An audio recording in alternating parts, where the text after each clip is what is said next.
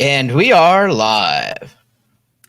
Hello, everyone, and welcome to the second episode of Cult Classic Movie Corner, a little show that is presented by the Fantasmagorium show.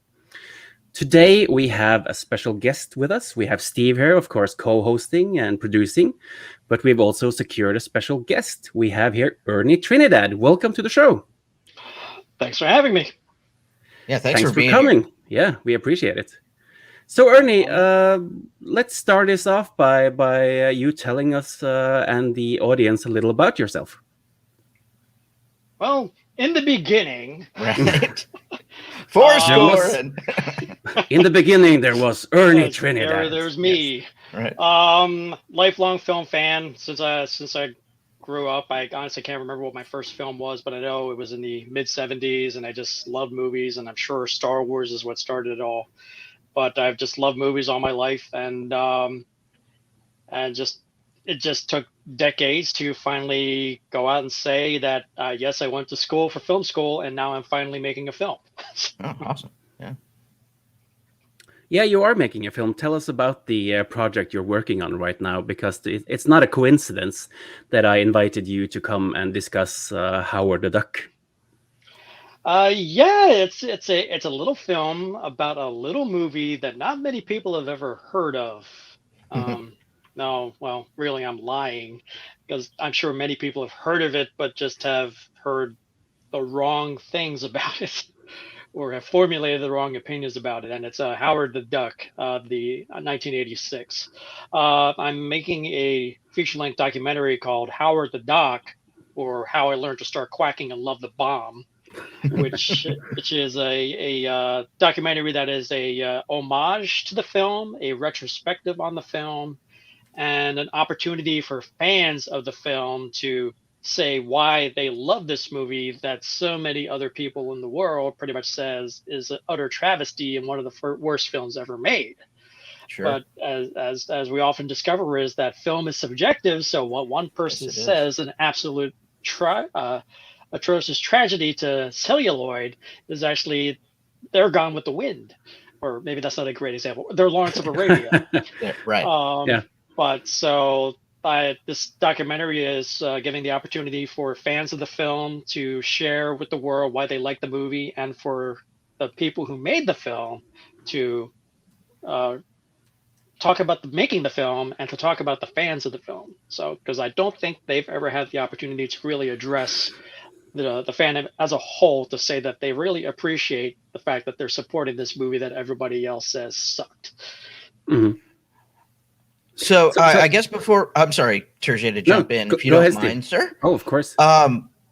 What was your first introduction to Howard the Duck? My first introduction would be the movie. I would have heard about it. I can't remember how I first heard of it. It had to have been while reading Starlog magazine, or maybe even getting an issue of Bantha Tracks back in the mid 80s. As I literally did not read the comics until I started doing research for this documentary, which would have been about 2-3 years ago. Sure. And so my first exposure was like, oh, it's George Lucas. Sure, I'm going to go see it, because I don't even know if I ever saw the trailer. I just knew the connection to George Lucas, and I probably saw the pictures in the magazines, and that's all it takes to get. So you did see it in the theater? I did see it theatrically when it first opened, and I know for sure that I went opening weekend. Wow. Okay. Cool. Nice. And that's quite a different story of how I was introduced to the movie. At the point I saw this movie, I don't remember exactly what year or how old I was, but I hadn't seen Star Wars yet. I had no idea who George Lucas was.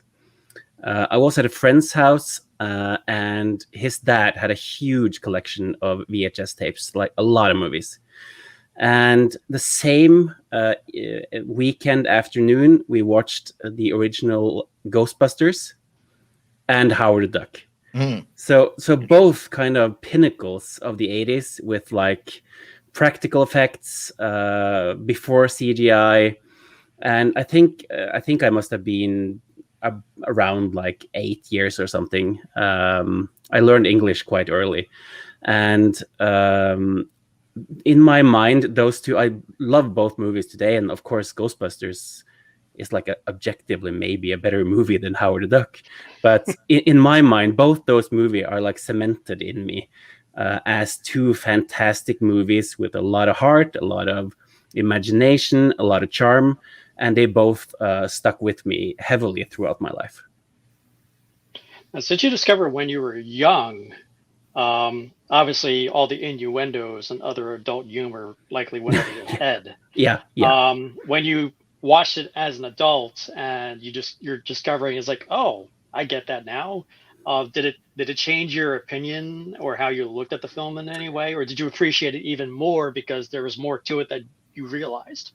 I think the movie kind of grew with me, and I grew with the movie. So like every time I would revisit the movie, I'd get like another point or another joke or something would make another kind of meaning than it did the first time.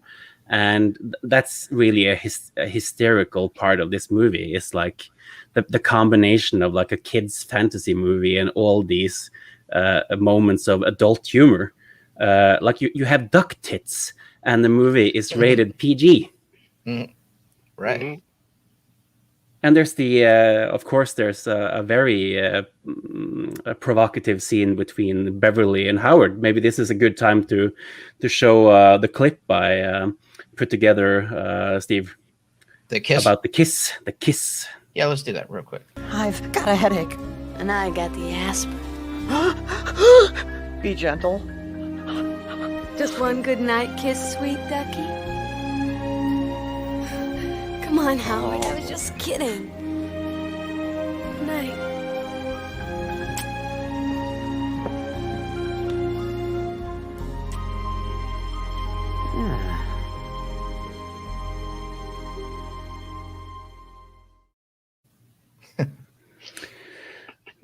That's something. Yep. Nothing happened. No. Lots of people always say, or I hear someone's like, "Oh my God, the sex scene." I'm like, "What are you talking about? Did we see the same movie?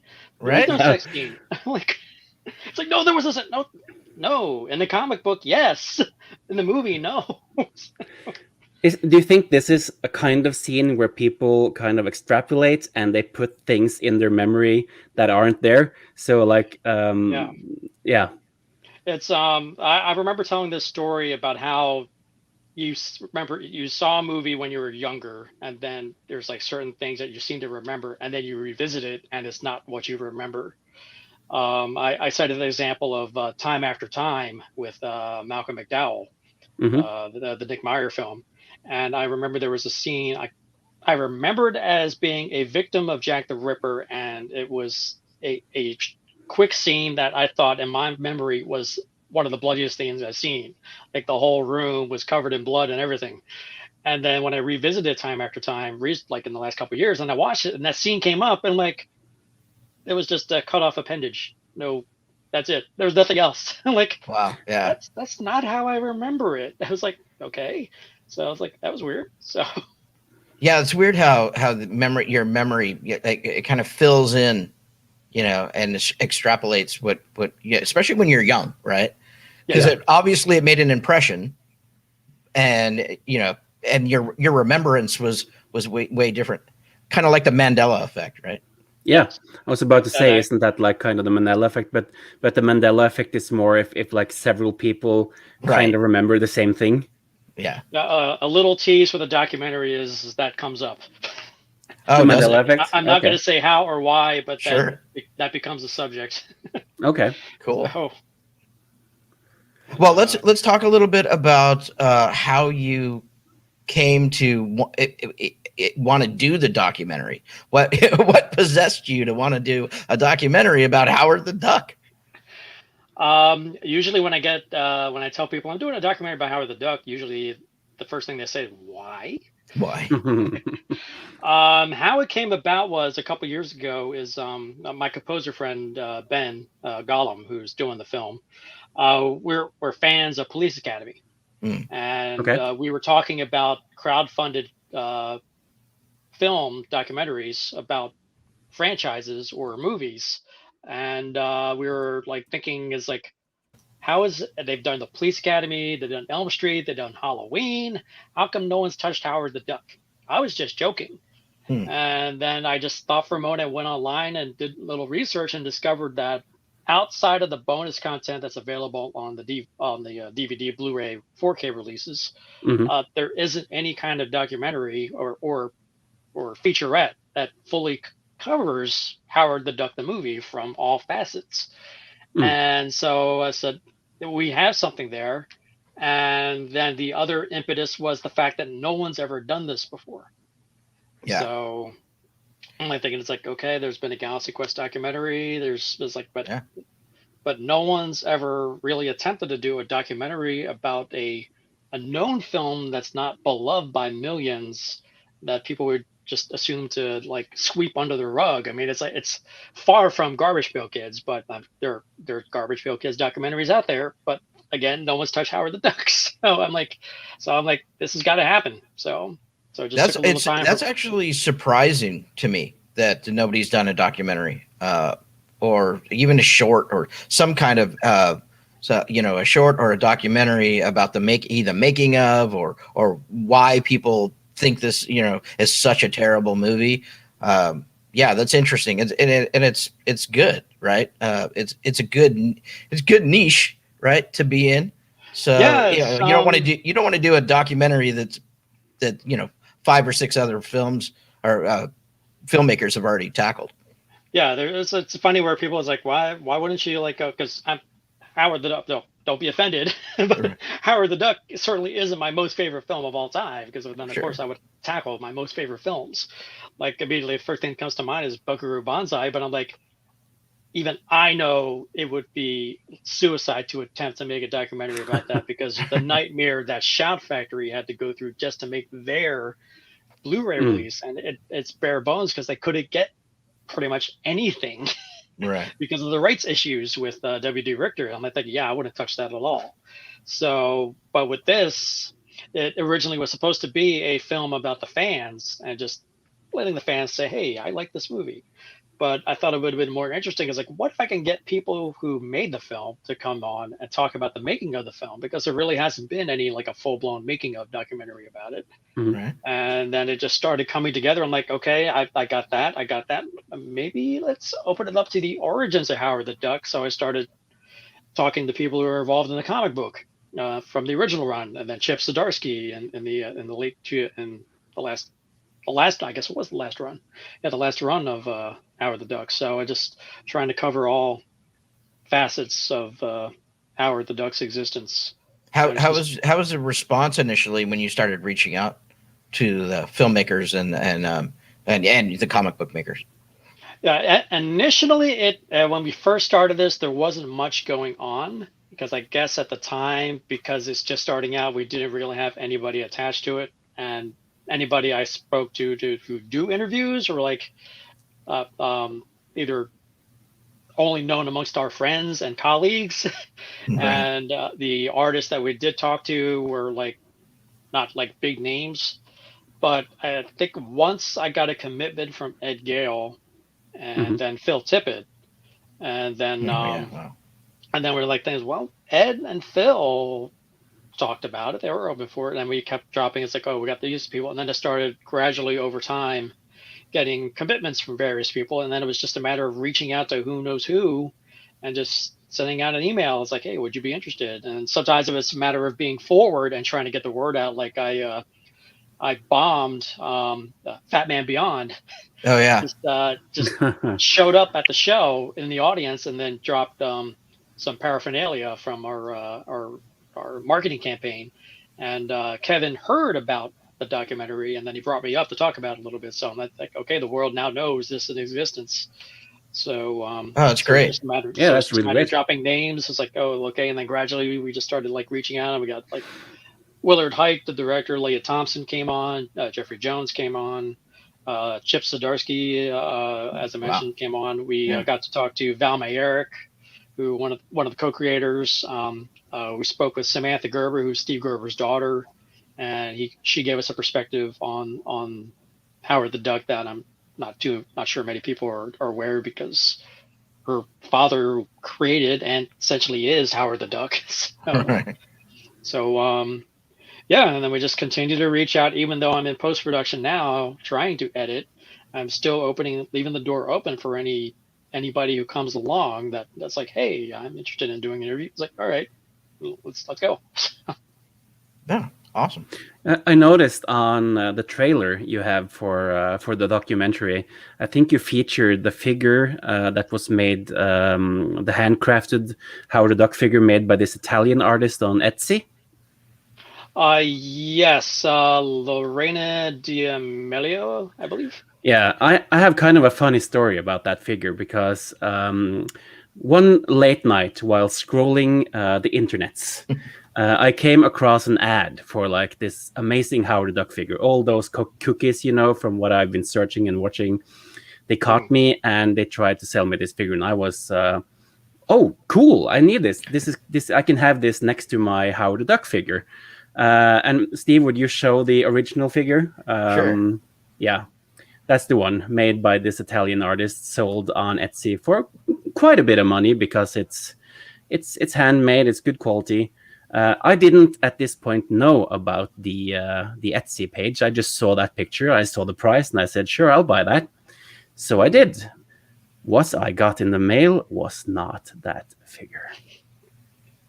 Oh no, that's even worse. Yeah. So this is yeah, that's him with his clothes on. The previous picture was half of his bottom of his torso is red hair. The other half is just like skin. Yeah, so that's the red hair. Yeah, red hair and a chest. So he's like half Chewbacca or something. So if you go, and Justin Bieber is hiding. Yeah, Justin Bieber is hiding behind his beak. Oh, actually, maybe that's supposed to be Ed Gale. I don't know. Believe me, he's too tall to be Ed Gale. No offense to Ed Gale.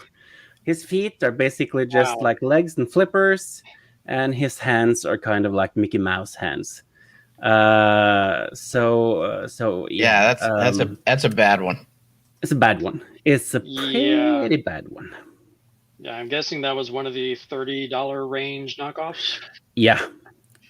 True. And to me, it's kind of amazing, though. And that says something about the cult status of the movie when you have like Chinese companies making horrible knockoffs of a figure from a despised movie who won like 3 Razzie Awards in 1986. That's right. Yeah. And tied for Best Picture with Prince's Under the Cherry Moon. Oh, yeah. Not seen that one, so I don't know who is the true winner, but... they won for worst picture, worst screenplay, and worst new star, and worst visual effects. Especially the last one, I think, is undeserving because I think a lot of the special effects in this movie are quite charming and quite good. They are made by Industrial Light and Magic. Some people say maybe it was made by like the B team, but still. But for 1986, yeah, wasn't that bad. 86. It's practical effects. I enjoy so much the monster in the end, the reveal of the dark overlord of the universe. Yeah, and we have a clip from that as well. Yeah, let me grab that. The monster.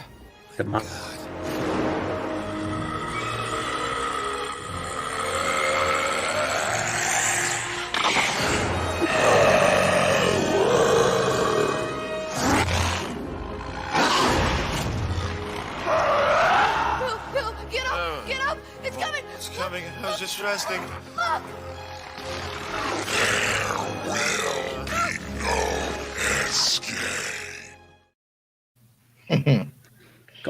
That's pretty badass. I like the design of that monster. The stop motion design by Phil Tippett, and Phil Tippett was the supervisor. And the 4K release makes that scene that we just saw like night and day, because that looks like it's off the Blu-ray. Yeah, he looks like a red lobster.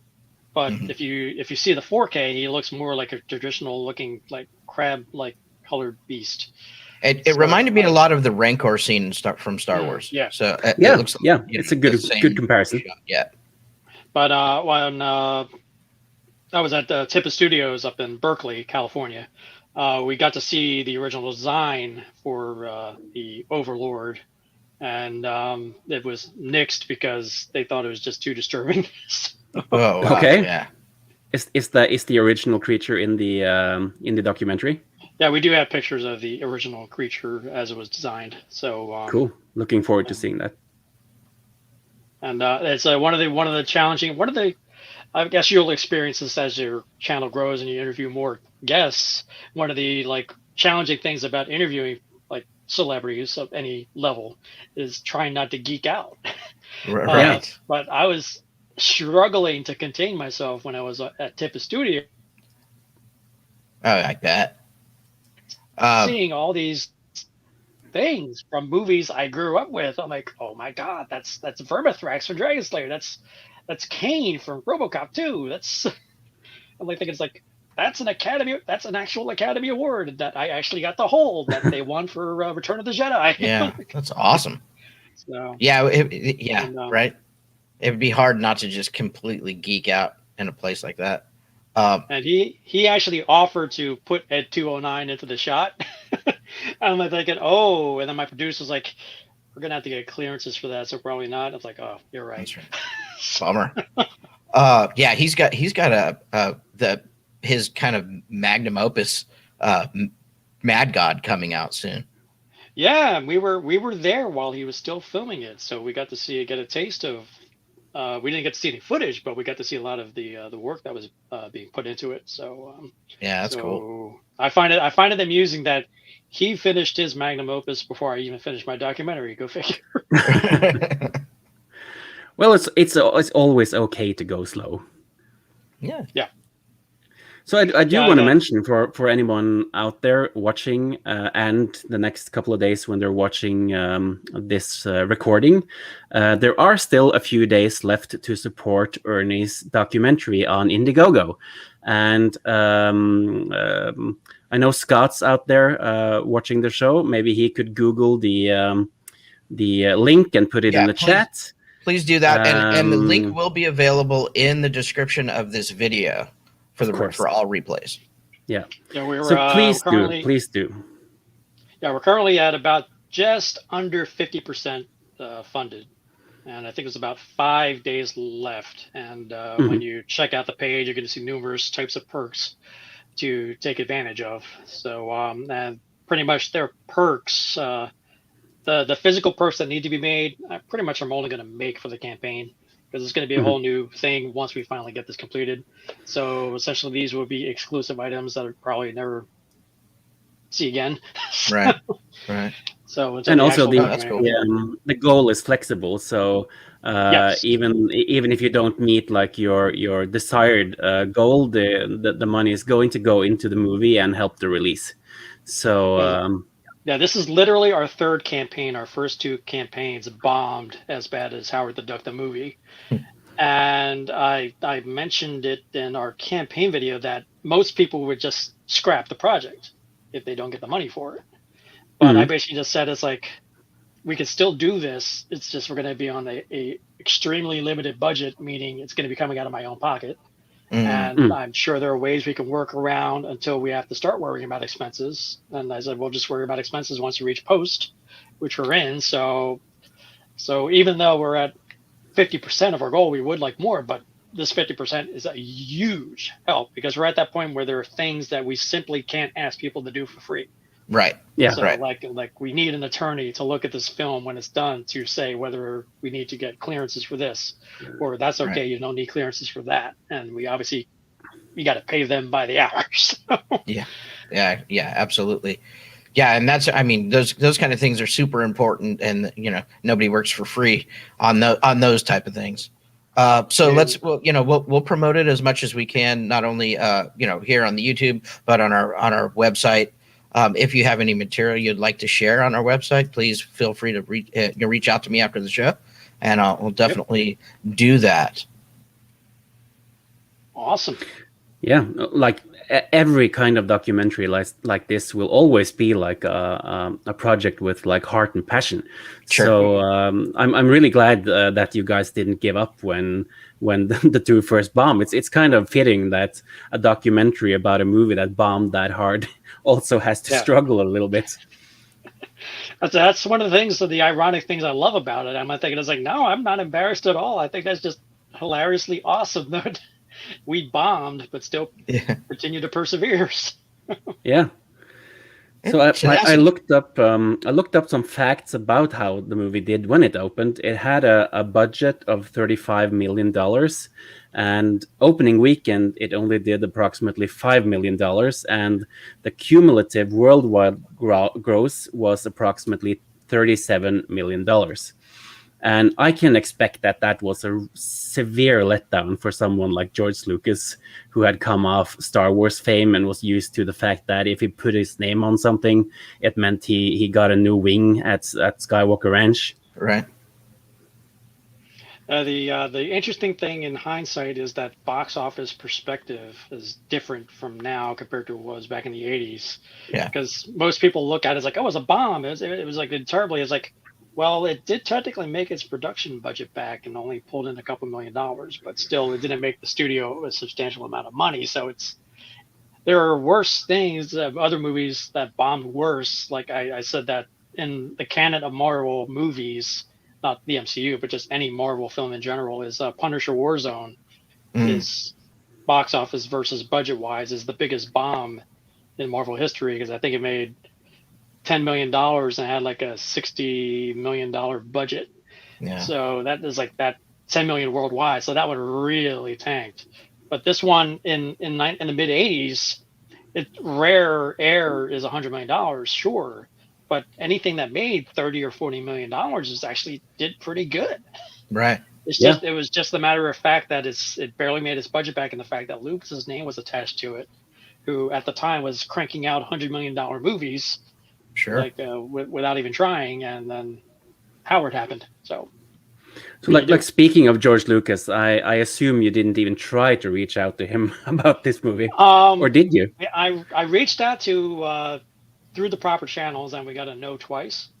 So okay. I don't know if it actually got to him, but I was just like at least I got a response back and not just flat out ignored. Right. He's like, they're saying he's dealing with his entrepreneurial stuff, which he's opening his George Lucas Museum, I think, next year in LA.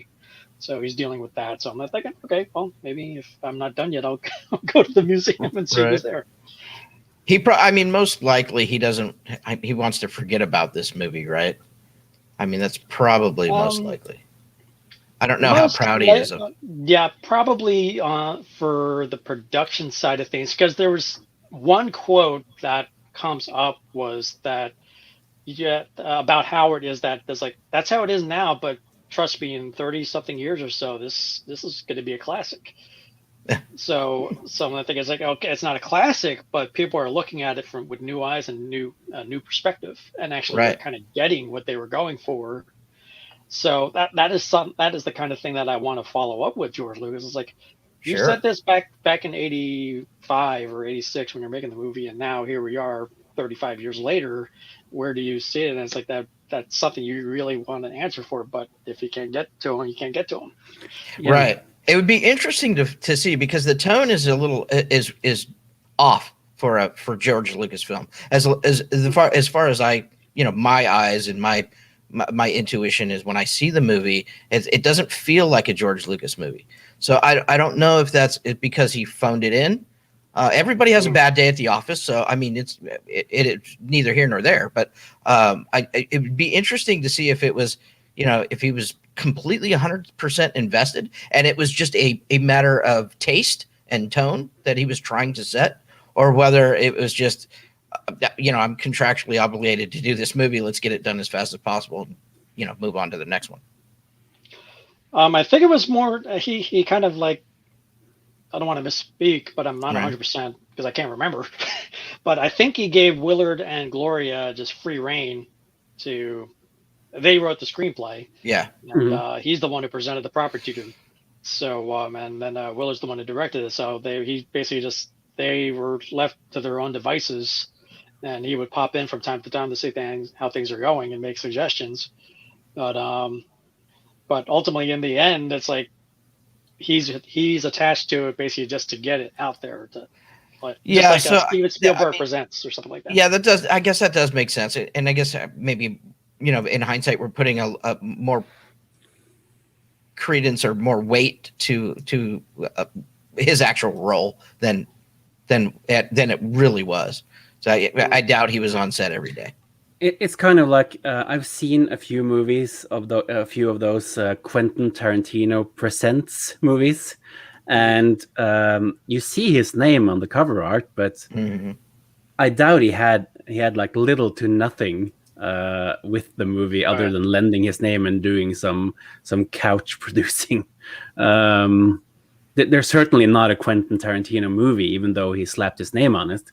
And I think George Lucas was probably, as far as I've seen from the making of documentaries and what I've read, he cared about the project and wanted it to be a success, of course, and probably that's why he gave it to Willard Chuck and Gloria Katz, because they were, of course, they got an Oscar nomination for American Graffiti. Right. So he had worked with them before and probably thought that this was going to be a big hit. Well, I think they all were hoping to be a big hit, especially Universal Studios. Of course. I can imagine. So at this moment, it has a score of 4.7 out of 10 on IMDb, with only approximately 45,000 votes. I think that's quite low for a movie that has this kind of status. It's strange that not more people have been in there voting for the movie. It has a 14% fresh vote on Rotten Tomatoes with a 38% audience score. But that's kind of the way a cult movie thrives. You have those few select people who love it so dearly. What have been like some of the greatest reactions you've or people you've spoke of who have feelings about the movie? Anyone stand out? Let's see. I've had various people. One person puts it in their top 10 favorite films of all time. All time. Yeah. Another one, Arnie Carvalho, who is serves as executive producer on this, is probably the most well-known Howard the Duck memorabilia collector on the planet. Oh, is he the one who has got the screen-used face mask? Yes. Oh, amongst other things. Amongst other things, he's got a lot of stuff. Okay. And the range of the people I've talked to, I mean, I don't dwell on the negativity towards it, and which is not the purpose of the documentary. Right.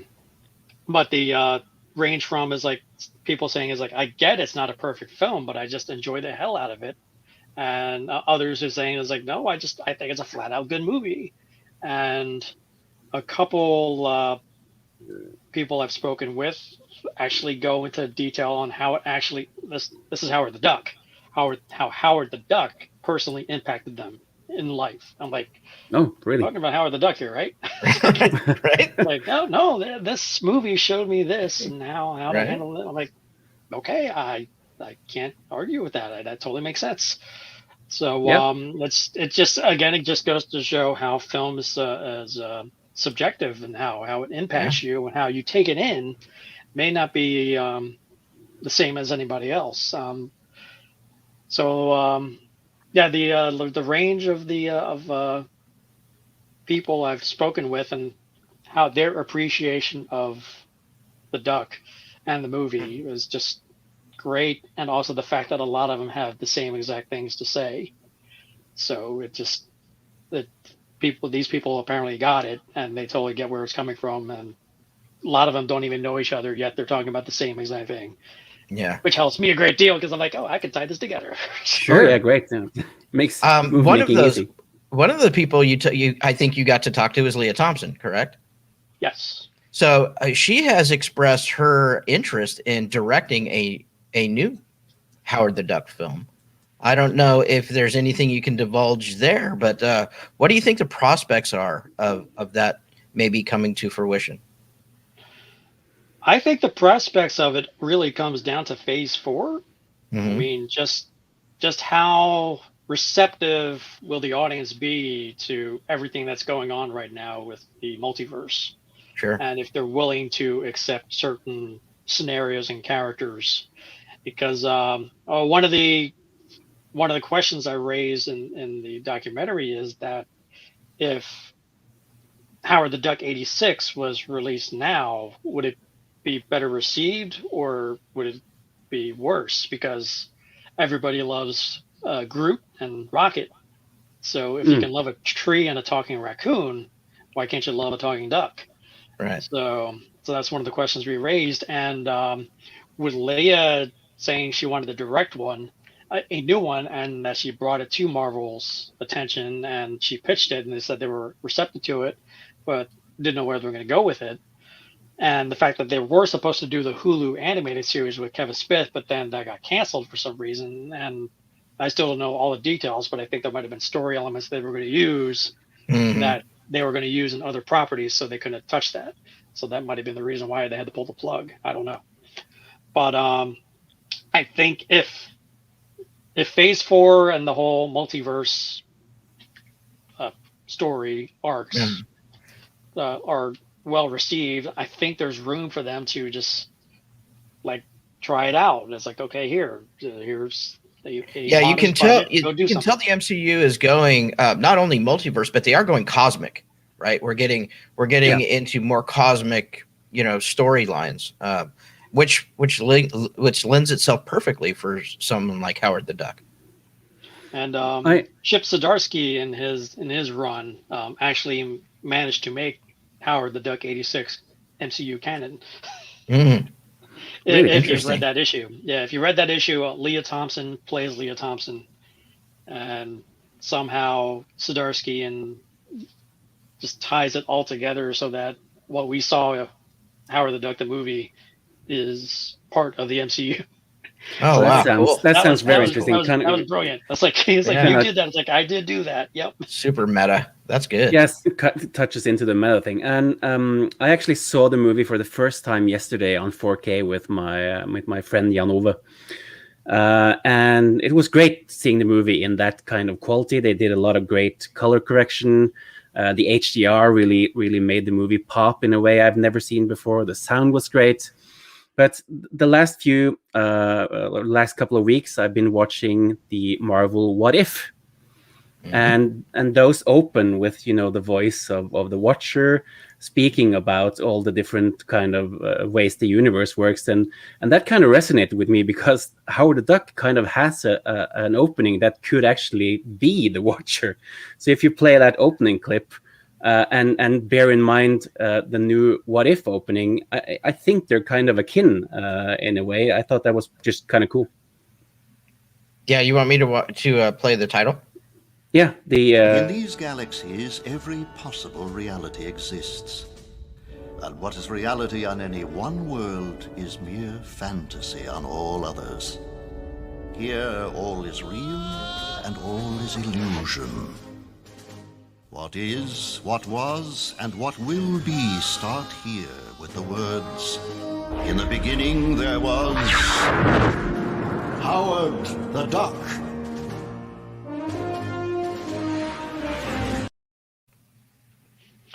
Oh yeah, definitely that narration really stood out, especially now that we're in phase 4. I'm thinking, wow, it's literally right. Yeah, it's right there. It's right there. So I think it's like, why not? He's not from an alternate universe. He's just from another planet that happens to be populated by duck-like beings. Right. The movie does really well with all the tongue-in-cheek references to our world. So it's kind of like an Elseworld place or a different dimension because they have they all throughout the movie there's references on his credit cards, the beer he drinks, commercials on TV in the opening, Breeders of the Last Ark, the movie poster with a duck Indiana Jones. Right. They really did go all in with trying to like do all these kind of reference jokes. And I'm sure that is something that would have gone totally over my head when I was a kid just watching this movie. Sure. Back in my, probably, I guess, when I was close to your age, would have been around the time when movies like Airplane and Kentucky Fried Movie were coming out, and Young Frankenstein.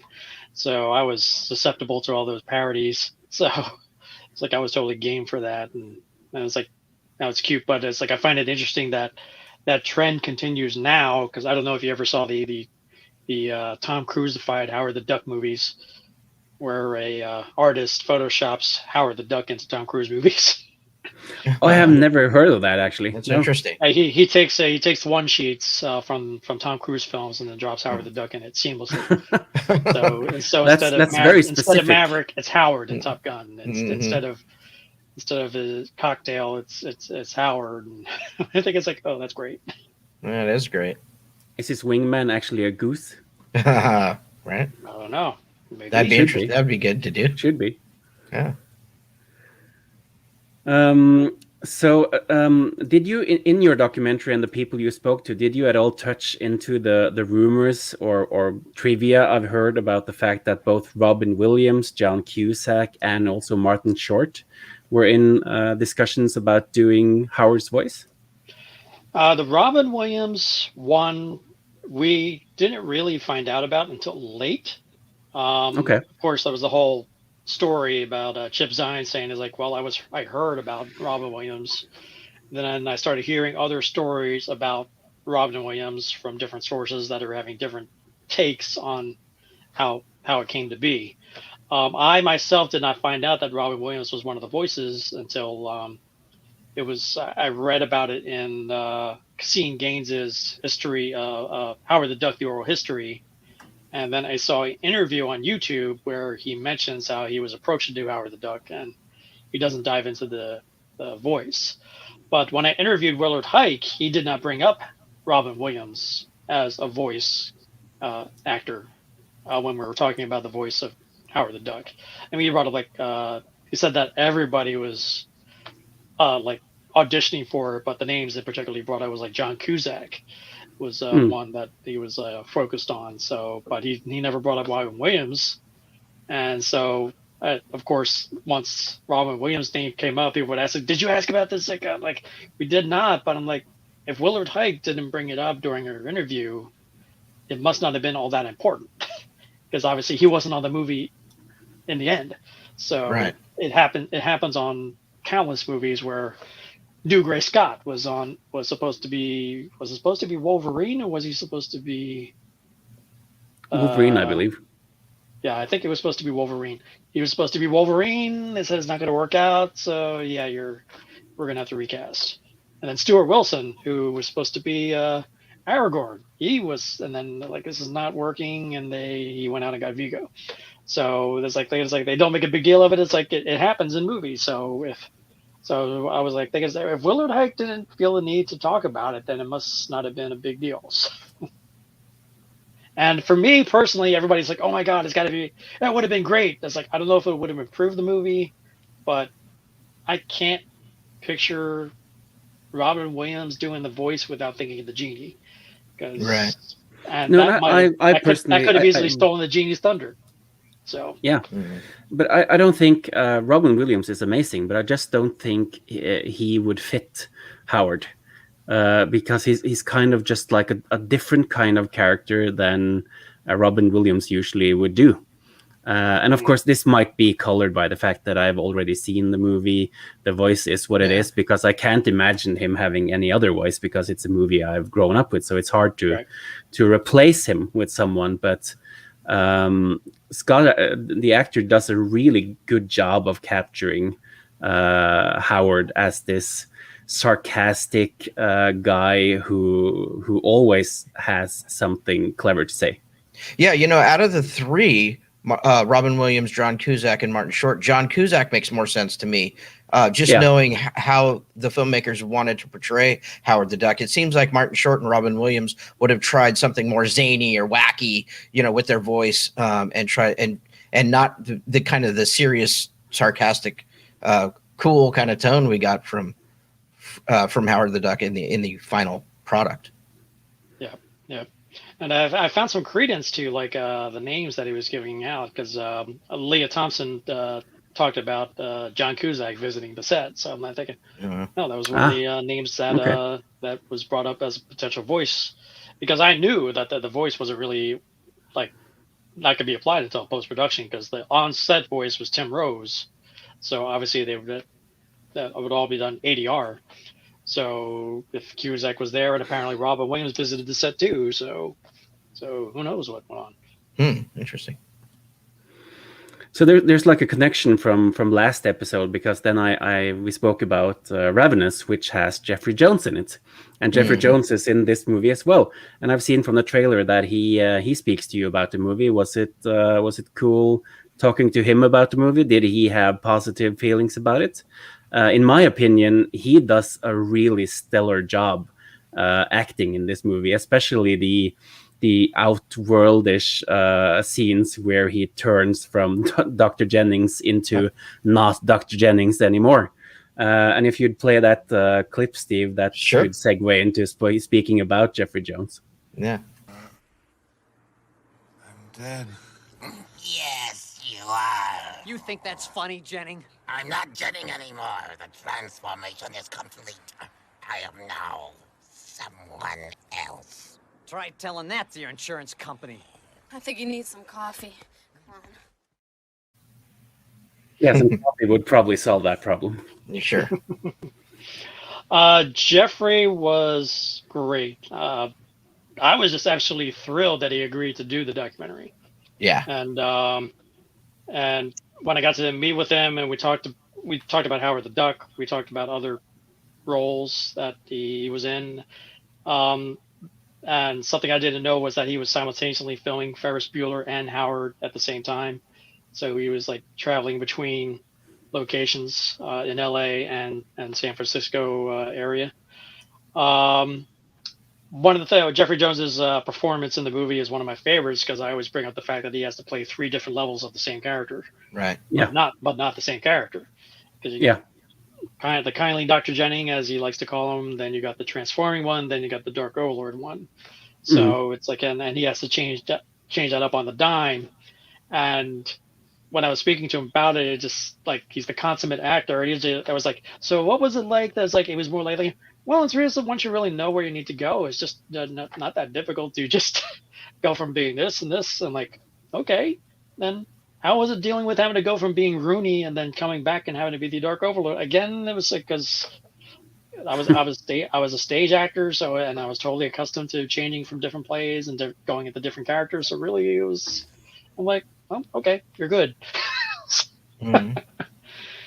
So, but it was a great interview, and and he was very appreciative of the fans of the film, and he acknowledges that it wasn't what he signed on for and was anticipating, and he was really hopeful that in the end they would get it to work. And he says in the end it wasn't what they wanted it to be, but the fact that people like it, he's just absolutely overjoyed about that. So yeah, that's cool. And yeah, we got Jeffrey Jones. That's what my Right. Oh, I'm really. I've always enjoyed him as an actor. I think he's always had a great presence, and I love him in Ravenous. Like my greatest memory of him is probably Howard the Duck, because of he really scared me as a kid with his whole transformation, and when he got to be like the bad guy in the end, that was quite scary for a young kid. So he is very memorable, and that was probably the thing I quoted most when I was quoting the movie, was the whole "I'm not Dr. Jennings anymore," which is just a really cool scene. Do you think, Steve, we should see what's happening in the comments? Absolutely. See if there's any questions for Ernie. If someone has a question, spit it out. Got a bunch of hellos, everybody. Oh, yeah. Scotty says he loves Buckaroo Banzai. Another Buckaroo Banzai fan. And Scotty says, "Ooh, Phil Tippett's creature designs and Howard were terrifying." Yes, they were. Yep. Let's see.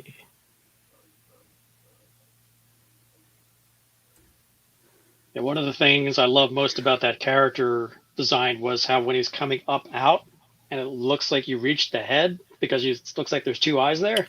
Right. And it keeps coming out, Yeah. and then the actual And then head it- comes up. Like, oh, I thought that was the face. That was a really cool reveal.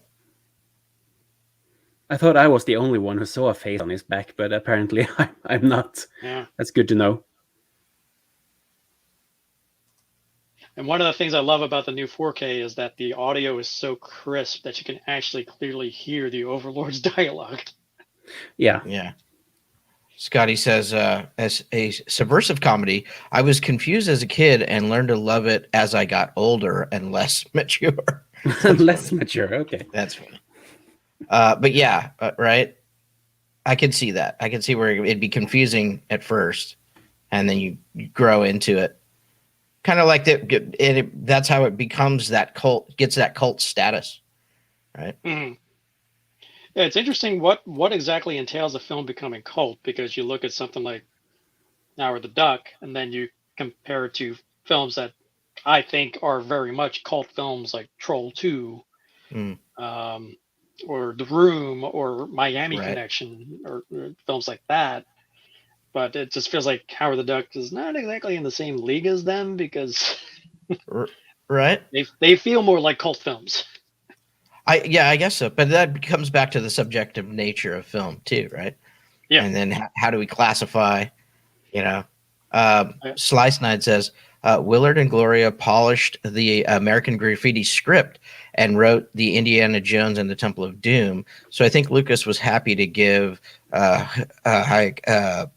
lot of freedom on the film. Well, yeah. I mean, it's obvious that it was they were kind of left a little bit to their own devices, right? Yeah. From what everyone's told me, basically it was just Lucas only visited the set a few times. And Wow. Yeah, that's usually, surprising. And usually when he drops in, everyone's like, "Oh, George is here. Okay, let's behave." Right. It's like, let's make we got our stuff together. But I already forgot the question. That's okay. We'll go on to the next one. Scotty says Howard is an amazing duck out of water movie. A sardonic and frustrated protagonist is super entertaining. Yeah, I think so too. Yeah, for you guys, and Scotty, if you read Howard the Duck, the comic book, would you prefer Howard the Duck to be more closer to the comic, or as he was presented to us in '86? For me, I didn't read the comic. I've known of Howard the Duck, but I didn't read the runs, so I don't know. All I know is basically the movie. From what I've heard, though, a lot of people do want or would like to have a closer to the comic book feel for Howard the Duck, and I think that would be cool. I'd love to see Leah Thompson's take on it. I'd love to see what she can do with it, especially in this new MCU universe. Mm-hmm. It's kind of the same with me. I haven't really read a lot of the comics because the movie is the thing I saw when I was younger. I've read a few of them.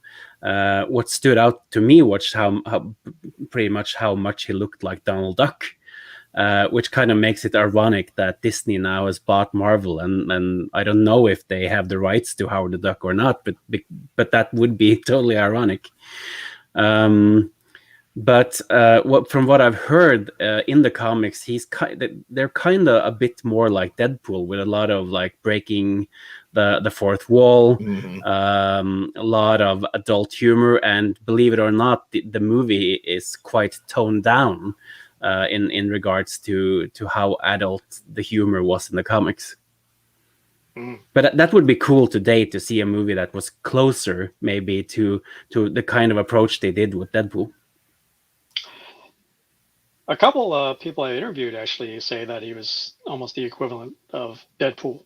So, and if they approached the material with a Deadpool kind of setup, then it might actually work. And I can't like disagree with them because having read the comic, and it's especially the 70s. Howard the Duck is very much a political commentator because basically, essentially, it was Steve Gerber's alter ego, and he would comment on what's going on in the world. And I found it humorous when I started this documentary that what was going on in the world, and if we had Howard the Duck, he'd be doing exactly the same thing, yelling at everyone for what are you thinking, what are you doing, why are you doing this? And it's like, and then just carry on with life until the next thing comes up. It's like, what now? Why are you doing this? So I wouldn't mind seeing a Howard the Duck that's closer to Steve Gerber's comic, but still keep the look, cast, and sensibility of the '86 film, because I still think with that cast it could easily work. So, but I have no clue as to where they want to take the character once they really do something with him. Cinema Golf here has a good quote from the movie. "If you can't take the heat, get out of the kitchen," which is from the diner scene. Romy's Cajun Sushi. Yeah, Cajun sushi. That's a diner I don't want to go to. And yes, she took my eggs. Poor yes. Dr. Jennings, or the Dark Overlord, who didn't really need human sustenance, but still he was upset at the fact that she took his eggs. I love Stay Tuned, but I honestly can't remember if I brought that one up or not. So yeah, Scotty, talking to Jeffrey Jones about his career would be amazing. I would ask about Stay Tuned, another great cult flick. Okay, maybe forgotten flick. Yeah. Let's see. What I think that's it. Oh wait, yeah. Here we go. Oh yeah. Yeah, can't really say I disagree. Yeah. Sorry, did I say that out loud? Yeah. And another tease is that that is a topic of discussion in the documentary. Is it? Including with Leah Thompson. Cool. Nice. Yeah, well, I can't wait to see what you guys have put together. It sounds fun. I rewatched the film Howard the Duck for this show, and upon a rewatch, it still is kind of weird as I remember it, but it wasn't. The movie goes by pretty quick, and it feels like you're kind of a typical '80s movie, and kind of what we loved about '80s. Fun movies. Romp. Yeah, it was a fun romp. I remember as a kid, I thought it was just okay, and then as I got older and started watching it, I started appreciating it more. Not to say it's the greatest film or a really good film, but I like it. I think it's good. I'm sorry. When we think of like guilty pleasures, it's not something I consider a guilty pleasure because I like it. So. Right. Yeah. I was thinking to myself, I wish the dialogue had been better. It seems like the dialogue to me was very kind of, I just wish it was better. There's some good bits of dialogue, but on the whole, I just wish the dialogue would have been a little better. It seemed a little clunky to me in places. We haven't even touched upon how Tim Robbins acts throughout the movie. Yeah, right. Let's just not go there. Yeah. Another person who continues to elude us. Oh yeah. I can imagine. It'd be nice to get his take on it, but. So Ernie, when are you going to release the documentary? Do you have a release date, or is it like still in the air? We don't have a release date set. Thanks to the pandemic, it kind of pushed everything. My original goal was to have it ready for the 35th anniversary, which was August 1st. Mm-hmm. And but of course that wasn't going to happen. But now my goal is to stretch that definition of anniversary to the entire year. Yeah. Sure. So I'm hoping to have it out sometime between now and July 31st of next year, so that I could say it was at least released in the 35th anniversary. Yeah. So Yeah. somewhere I was being hopeful that maybe I could have it out by the end of this year. I'll see how the editing goes, but I have like a lot of footage still to get through. Right. So I'm maybe early next year and somewhere in there, because I do definitely want to kind of hit some film festivals, and I know Sundance is right around the corner. So Well, do us a favor if you would. Right before the release, we'd love to have you come back and promote the film, and we'll talk about it a little more. It'd be great. Yeah, and we really do appreciate you coming on today. It was awesome. You are the first guest on Cult Classic Movie Corner, and we're I am honored, and I totally appreciate you bringing me on and to talk about the duck and not have things thrown at me. Right. Well, I think we both appreciate the movie. Maybe not number one on everybody's list, but it's certainly a cult classic. Yeah, no doubt about that. It's not on my top 10 list of movies, but it's still one of the movies I seem to enjoy the most. It's like I watch it like every other year, just out of habit, and it's a great movie for drinking parties. Oh yeah, absolutely, totally. I'll just finish off by a couple of really funny tidbits I found about the movie that people might not know. Movies get other titles in other countries. In Japan, the movie is translated into "Who Prosecuted Howard the Duck?" That's the title in Japan, and the Swedish title translates into English as "Nobody Plucks Howard." Interesting, but they do, except for Filzy. They do. Filzy does, but he shouldn't have. Or no. So the last thing I'd just like to say, as we've said in this series, that I'm always going to announce what movie I'm going to watch until next week, so the audience has a chance to watch it, to be in on the discussion. And we've also said that this show is going to be a show where I, as the host, have to watch some movies I haven't seen that have cult status. And one movie that always comes up when you talk about cult movies that I haven't seen is Rocky Horror Picture Show. Yep. So let's just dive into it. Till next Thursday, I'm going to watch that movie.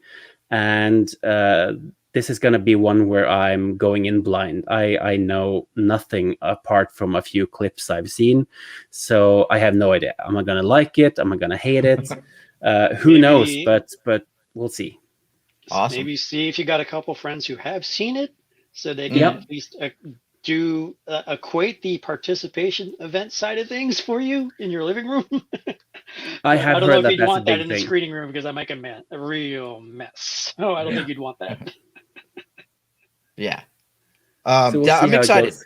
I'm excited. I've seen this movie several times. I've seen it at the midnight showing, so it'll be fun to talk about next week. That's good, because then you can tell. We can try to find a guest, and of course you at least can tell me and the audience about how it is watching that movie in a packed theater of dressed up people. It is crazy. So for Ernie Trinidad, thank you very much for joining us, and Terje, I am Steve Foley. We'll see you next time, everybody. I'm going to leave you with the trailer for my new book, Let's All Go to the Lobby: A Sweet History of Concessions at the Movies. See you next time, everybody.